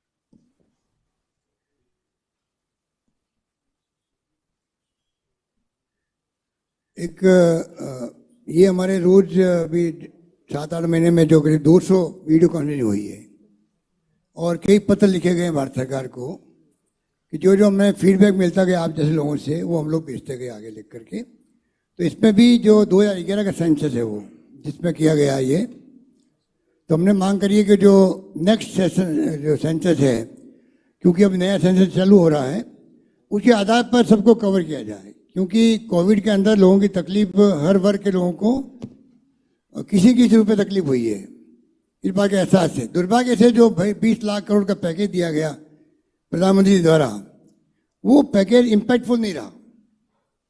उस वक्त भी आलोचना हुई थी इसकी, जितने इकोनॉमिस्ट है देश के उन्होंने आलोचना करी थी और ये बात सिद्ध भी हो गई। खाली उनको लोन के रूप में देने की बात करने लग गए राज्यों को भी। इवन हमारा जीएसटी के पैसे दे नहीं रहे, जो लिखित में समझौता है भारत सरकार के साथ में, वो पैसा हमें नहीं मिल रहा राज्यों को। राज्य बोल नहीं रहे हैं क्योंकि सरकारें यहाँ बीजेपी की, वो बोल नहीं पा रहे हैं मजबूरी में, तकलीफ सबको ही है। तो जीएसटी के पैसे दे नहीं रहे हैं और 20 लाख करोड़ का पैकेज था, उसमें भी हमें लोन लेने की छूट दी है खाली बस, जिसके लिए मैंने कल आपको पत्र की कॉपी भेजी। मैंने आपको कल ही मैंने प्रधानमंत्री को लेटर लिखा था कि इस प्रकार से आपको आगे हमें छूट देनी चाहिए, लोन लेने की छूट मांगनी पड़ रही है, ये स्थिति है। मैं दिनेश डांगी हूँ इंडिया न्यूज से। सर, अच्छी स्कीम है, नो डाउट लोगों को फायदा मिलेगा। आपने खुद बताया कि भामाशाह में किस तरह फर्जीवाड़ा होता है, लेकिन इस फायदे में कुछ लोग फिर भी कोशिश करते हैं कि अपना फायदा कैसा हो। तो आपने एंटी फ्रॉड कमेटी बना दी, किस तरह काम करेगी, क्या पनिशमेंट करेंगे, किस तरह का दंड देंगे कि 1 रुपये का लीकेज नहीं हो? जो स्टेट एंटी फ्रॉड यूनिट है उसमें लोगों के, क्योंकि नंबर ऑफ इसमें काम होंगे, जितने पेशेंट आ रहे हैं या जितने अस्पतालों में काम चलेगा, फिजिकली इसको देखना बहुत मुश्किल है। इस वजह से एक पूरा इंफ्रास्ट्रक्चर और पूरा सॉफ्टवेयर डेवलप किया गया है, जैसे कि किसी अस्पताल में, और वो ट्रिगर्स देगा। जैसे कि उदाहरण स्वरूप किसी अस्पताल में वो 10 बेडेड अस्पताल है, पर उसमें लगातार आईपीडी 12 या 15 दिखाई जा रही है, जो कि संभव नहीं है। तो इस प्रकार के कई तरीके के उसमें ट्रिगर्स हैं। फोटो पहचान पत्र में कई बार अगर जिस व्यक्ति का लाइव फोटो लेने का यहाँ पे प्रावधान है, जो ट्रीटमेंट लेने के लिए आएगा उसका लाइव फोटो होना चाहिए, उसकी फोटो और जो कार्ड है उसमें फोटो मैच होती है कि नहीं, ये भी आर्टिफिशियल इंटेलिजेंस से अब हमारा सॉफ्टवेयर पकड़ पाएगा। तो इस प्रकार के कई सारे उस सॉफ्टवेयर के अंदर ट्रिगर्स डाले गए हैं। जब वो ट्रिगर्स हमारी तरफ डालेगा तो फिर हम लोग desk audit plus physical audit करके इसको चेक करने का प्रयास करेंगे।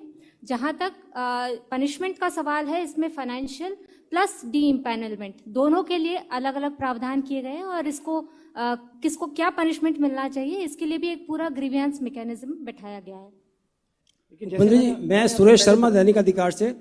जब इस तरह की कल्याणकारी योजनाएं शुरू की जाती हैं तो शुरू में तो वो अच्छी चलती हैं, अधिकारी लोग बाग भी और स्वास्थ्य जो संबंधित अधिकारी जो भी हैं उस पर ध्यान देते हैं।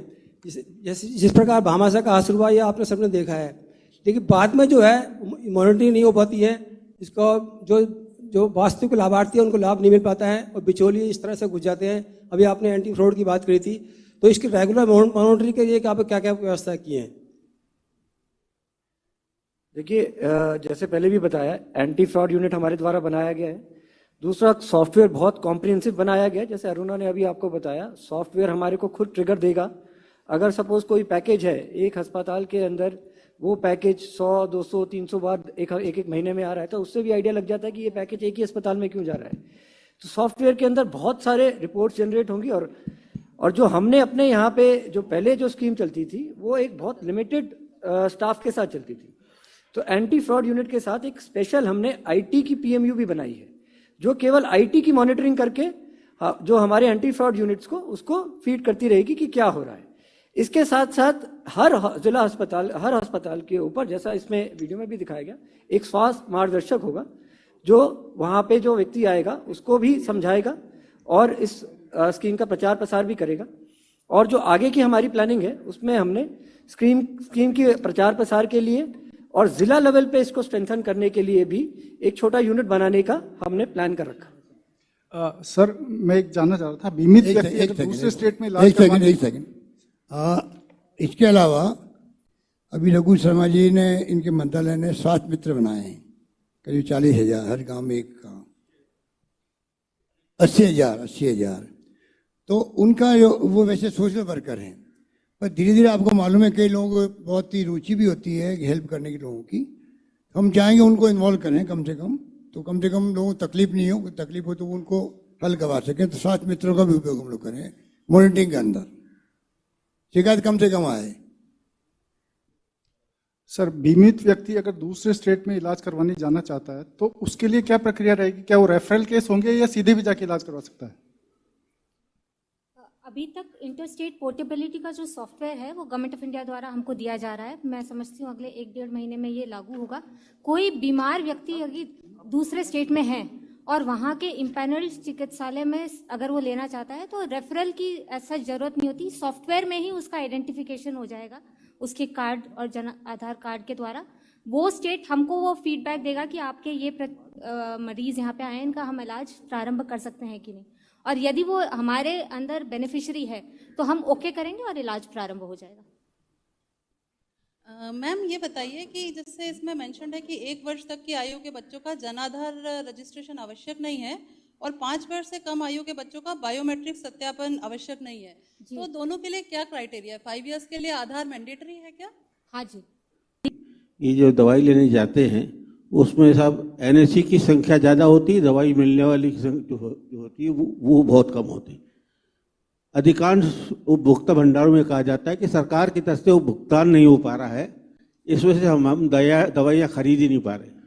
ये शिकायत आपको पूरे राजस्थान में मिलेगी और अगर आपको एक डॉक्टर ने अगर 6-7 दवाइयाँ लिखी है तो उसमें मालूम पड़ता है कि उस उपभोक्ता भंडार में से 2 दवाई मिल रही है और उसकी एनएसी लीजिए, उसके पास में कैश नहीं होता है, वो जाकर के किसी से मांग करके दवाई लेता है।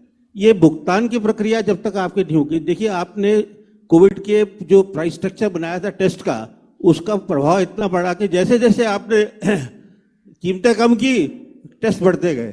तो ये भुगतान का भी कोई प्रक्रिया ऐसी हो जो उपभोक्ता भंडार में लोगों को तकलीफ नहीं हो।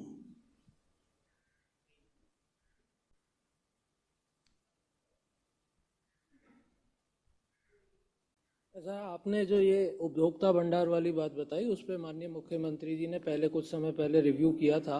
कॉन्फेड की जितनी दुकानें हैं उनकी पूरी प्रक्रिया को भी DOIT के साथ, IT डिपार्टमेंट के साथ मिलके, जैसे अभी सिद्धार्थ और अरुणा ने इस योजना के लिए बताया हेल्थ इंश्योरेंस के लिए, सिमिलर पैटर्न पे उनको ऑनलाइन कर दिया गया है। शीघ्र ही वो चीज़ अगले महीने से प्रारंभ कर रहे हैं। उसके लिए फंड्स की भी पूर्ति कर दी है और उनके प्रोक्योरमेंट प्रोसीजर को भी इसी रूप से सिंप्लीफाई कर दिया गया है। मैं भवानी सिंह, न्यूज़18 इंडिया से।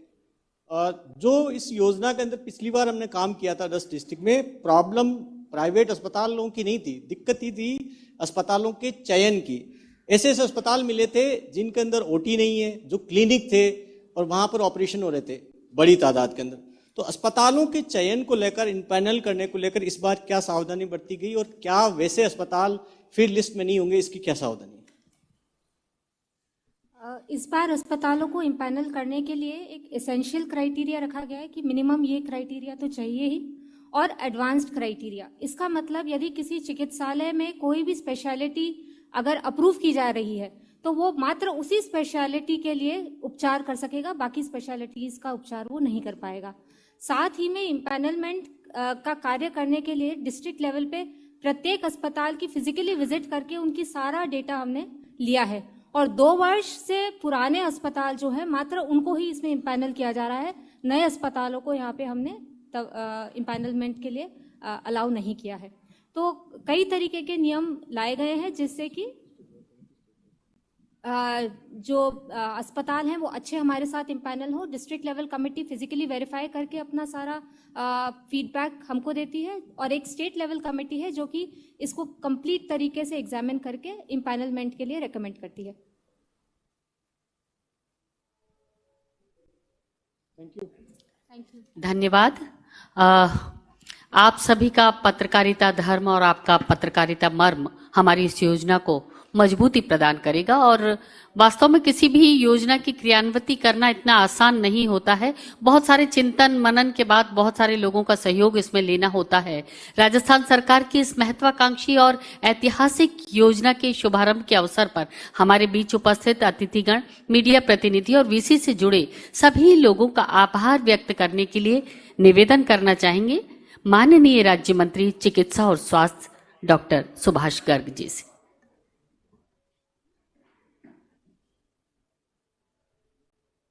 आयुष्मान भारत महात्मा गांधी राजस्थान स्वास्थ्य बीमा योजना के शुभारंभ के अवसर पर आज के मुख्य अतिथि हमारे लोकप्रिय प्रदेश के मुख्यमंत्री माननीय श्री अशोक गहलोत साहब, चिकित्सा मंत्री श्री रघु शर्मा जी, मंच पर विराजमान सभी मंत्री परिषद के साथीगण, मीडिया फ्रेंड्स, सामने बैठे हुए हमारे अधिकारीगण, विधायकगण और इस VC के माध्यम से जुड़े हुए सभी जिलाओं से, पंचायतों से विधायकगण, सांसदगण, अधिकारीगण, डॉक्टर्स, पैरामेडिकल स्टाफ, सर्वप्रथम तो मैं आज इस अवसर पर धन्यवाद देना चाहूंगा और बधाई देना चाहूंगा माननीय मुख्यमंत्री जी को कि आज शहीद दिवस के अवसर पर, महात्मा गांधी जी की पुण्यतिथि के अवसर पर इस योजना का प्रारंभ किया गया है। जिस तरह से महात्मा गांधी की सोच थी कि अंतिम छोर के व्यक्ति को किस तरह से लाभ पहुंचे, उसी सोच को आत्म केंद्रित बनाते हुए जो है गहलोत साहब ने आज ये योजना लॉन्च की है, और एक ऐसी योजना के रूप में इसको लॉन्च किया है जो मैं समझता हूं देश में क्या दुनिया भर में ये योजना अपने आप में एक विशेषता ली हुई है कि 59 लाख तो वो लोग जो सोशल इकोनॉमिक सर्वे के अधीन कवर होते हैं, 51 लाख वो लोग जो NFSA में कवर होते हैं, कुल 1,10,00,000 परिवारों को स्वास्थ्य बीमा की गारंटी दी गई है। और उसमें जहां भारत सरकार केवल 1,062 रुपए देगी, राजस्थान सरकार बाकी का 610 रुपए, 52 रुपए देगी और 610 रुपए राजस्थान सरकार अपनी तरफ से दे रही है। उस रूप में करीब 80% इस पूरी योजना का खर्च राजस्थान सरकार बियर कर रही है। और ये सोच हमारे मुख्यमंत्री जी का, जिसमें निरोगी राजस्थान का संकल्प जो लिया, इस अवसर पर मैं सबको साधुवाद देना चाहता हूं, धन्यवाद देना चाहता हूं, और विशेष रूप से हमारे चिकित्सा विभाग के अधिकारियों का और टीम का, जिन्होंने एक शानदार तरीके से एक योजना लाई है। निश्चित रूप से कुछ कमियां आएंगी, उन कमियों से हम सबक लेते हुए उन कमियों को दूर करेंगे और एक बेहतर इस योजना को बेहतर तरीके से हम लागू करेंगे। इन्हीं शब्दों के साथ आप सब लोगों का बहुत बहुत धन्यवाद। जय हिंद, जय भारत। आप सभी लोग चाय पर आमंत्रित हैं। धन्यवाद माननीय मंत्री महोदय डॉक्टर सुभाष गर्ग जी। आइए हम सब चाय की चुस्कियों के साथ अपनी मिठास बांटे। जय हिंद।